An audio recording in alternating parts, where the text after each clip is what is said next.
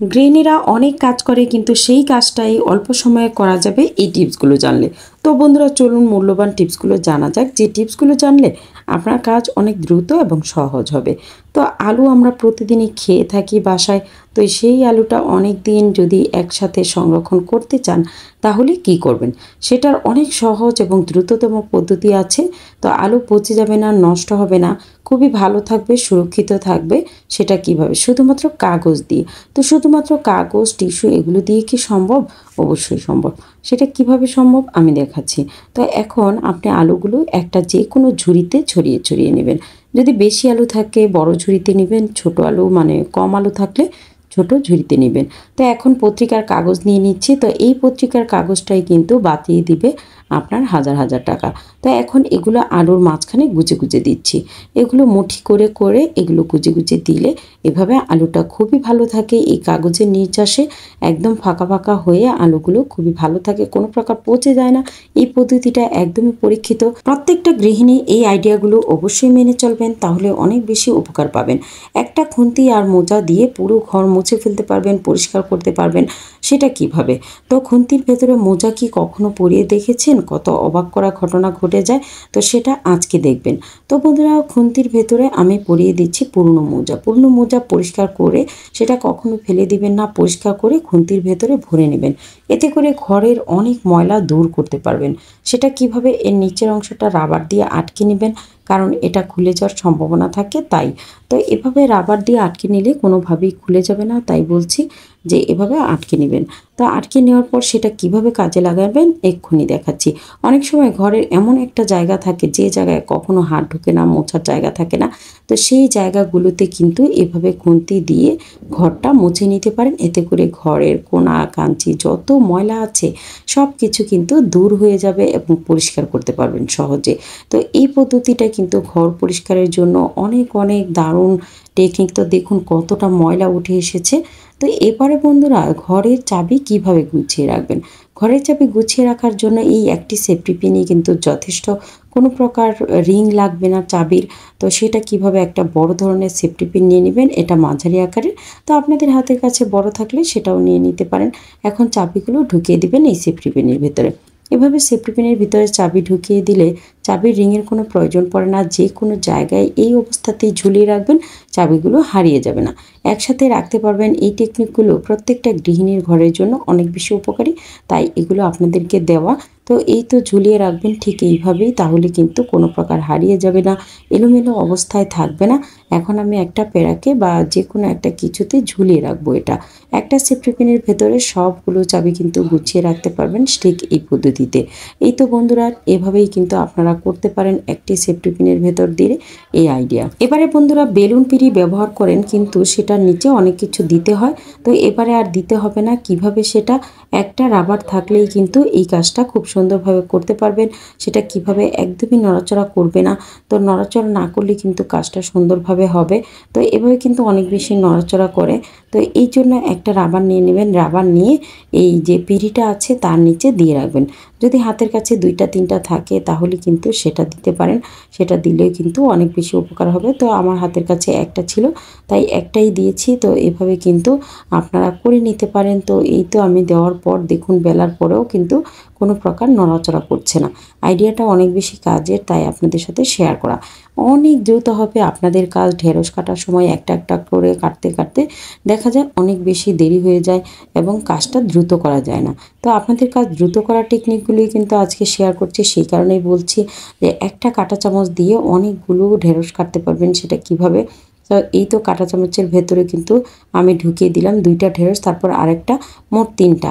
তো এভাবে করে যদি আরও লম্বা কাঁটা চামচ থাকে তাহলে কিন্তু সেটাও করতে পারেন। তো দেখুন একসাথে 3টা ঢেঁড়স কিন্তু কেটে নিচ্ছি। এভাবে করে কিন্তু খুব দ্রুত আপনি ঢেঁড়স কাটতে পারবেন। সেটা কিন্তু কাজের জন্য খুবই সহজ হবে, দ্রুততর হবে। তো বন্ধুরা এখনও যারা আমার ভিডিওটি দেখছেন তারা লাইক কমেন্ট শেয়ার করতে ভুলবেন না, আর সেই সাথে চ্যানেলটিকে সাবস্ক্রাইব করে দিবেন। তো দেখুন কত দ্রুত ঢেঁড়সটা কাটা হয়ে গেছে একটা কাঁটা চামচ দিয়ে। এবারে বন্ধু পাকা আম কিভাবে সহজে কাটবেন? অনেক সময় দ্রুত পাকা আম যদি কাটার কথা বলে দ্রুত কাটা যায় না। তো সেটা কিভাবে দ্রুত এবং সুন্দরভাবে কাটবেন সেটাই দেখিয়ে দিচ্ছি। তো এখনও যারা মুক্তাজ ডেইলি ব্লগকে সাবস্ক্রাইব করেননি তারা সাবস্ক্রাইব করে পাশে থাকা বেল বাটনটি অবশ্যই চেপে দিতে পারেন। এতে করে নোটিফিকেশন আপনার মোবাইল মোবাইলে চলে যাবে, এই কিচেন টিপসগুলো, উপকারী টিপসগুলো আপনার মাঝে পৌঁছে যাবে। আর যারা ফেসবুক থেকে দেখছেন তারা চাইলে পেজটিকে ফলো দিয়ে লাইক কমেন্ট শেয়ার করে পাশেই থাকতে পারেন। আপনাদের ভালোবাসায় কিন্তু এত দূর আসা। আপনাদের এই সুন্দর সুন্দর কমেন্ট, ভালোবাসা সব কিছু একসাথে না থাকলে কখনোই এখনও টিকে থাকতে পারতাম না এই প্ল্যাটফর্মে। তাই আপনাদেরকে অনেক অনেক ভালোবাসা আমার পক্ষ থেকে। তো এই তো বন্ধুরা, কত সুন্দরভাবে আমটা ছিলে ফেললাম। ঠিক এইভাবেও আপনারা দ্রুত আম ছিলতে পারবেন। তারপর আম কাটার যে টেকনিকটা সেটাও দেখিয়ে দিচ্ছে। খুব দ্রুত আম কীভাবে কাটবেন একদম মুহূর্তের মধ্যে। প্রথমত আমটা আস্ত অবস্থায় ঠিক এইভাবে কেটে নেবেন। কেটে নেওয়ার পর এটার মাঝখান থেকে একটু আঁচড় দিলেই কিন্তু টুকরো টুকরো হয়ে যাবে। তারপর অপর পাশটাও কিন্তু ঠিক এইভাবে কাটতে পারেন। এভাবে যদি আম কাটেন খুব দ্রুত হবে আম কাটা, আর সেই সাথে কোনো প্রকার ঝামেলা হবে না এবং দেরি হবে না। যে কোনো গেস্ট আসলে সাথে সাথে আম কেটে দিতে চাইলে এভাবে দিতে পারেন, তাহলে কিন্তু দ্রুত হবে। তাই আপনাদের সাথে শেয়ার করা। অনেকেই জানে এই পদ্ধতি, তারপরেও দেখানো, কারণ অনেকেই জানে না। তো যারা জানেন না তাদের জন্য এই আইডিয়াটা। তো দেখুন কত সুন্দরভাবে টুকরা হয়ে গেল সবগুলো। এখন বন্ধুরা যে আইডিয়াটা শেয়ার করবে সেটা হলো হিজাব পিন অথবা সেফটি পিন নিয়ে। তো অনেকেই আমরা হিজাব পিন, সেফটি পিন এগুলো ব্যবহার করে থাকি, কিন্তু একবার দুইবার ব্যবহারের পর সেটা হারিয়ে যায়, মানে খুঁজে পাওয়া যায় না। এটা আসলে স্বাভাবিক একটা ব্যাপার, সব মেয়েদের ক্ষেত্রে হয়ে থাকে। তো একদমই খুঁজে পাওয়া যায় না। তো সেটা কিভাবে খুঁজে পাবেন সেটাই দেখাচ্ছি। একটা চুড়ির মাধ্যমে কিন্তু সব কিছু গুছিয়ে রাখতে পারবেন। সমস্ত পিন একসাথে থাকবে, কখনোই আপনি কিন্তু এটা হারাবেন না। তো সেটা চুরির সাহায্যে কীভাবে, প্রত্যেকটা সেফটি পিন বা হিজাব পিন চুরির ভেতরে ঢুকিয়ে রাখবেন। এতে করে চুরির মধ্যেই থাকবে, এলোমেলো হবে না। যখনই আপনি হিজাব পিনটা ব্যবহার করে খুলবেন তখন এই চুরির ভেতরে আবার রেখে দিবেন।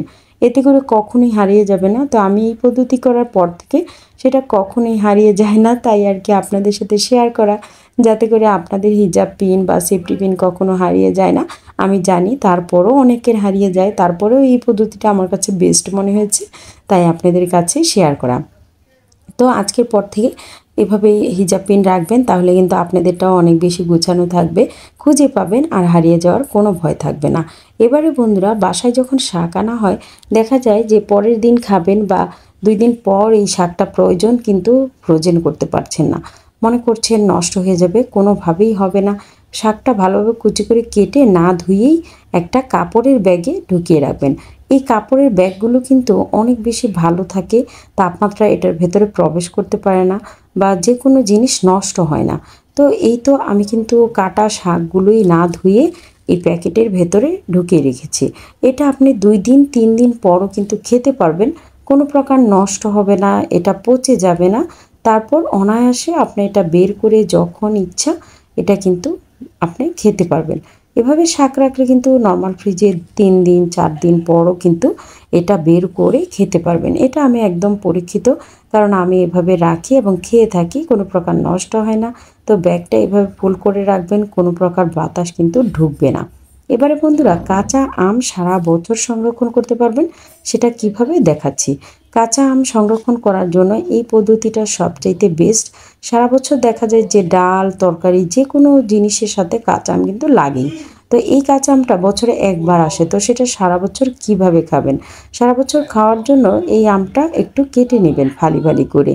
তো ফালি ফালি করে কাটার এভাবে কিন্তু সংরক্ষণ করা যাবে না, কিছু পদ্ধতি আছে, এই পদ্ধতিগুলো মেনে তারপর এগুলো ফ্রোজেন করতে হবে। যে এমনভাবে ফ্রোজেন করতে হবে যাতে করে সারা বছর ঠিক এর স্বাদ গুণাগুণ সব কিছু অক্ষুণ্ণ থাকে। তো এই আমটা কিন্তু অনেক বেশি টক, তাই আমি এটা সংরক্ষণ করে নিচ্ছি, আপনাদের সাথেও ভিডিও করে নিচ্ছি, কারণ অনেক টক আম কিন্তু এখন পাওয়াই যায় না। এবছরে যত আম এনেছি সব কাঁচা আম, শুধু মিষ্টি। আমি কিছুতেই বুঝতে পারছি না যে কিভাবে এত মিষ্টি হয় কাঁচা আম।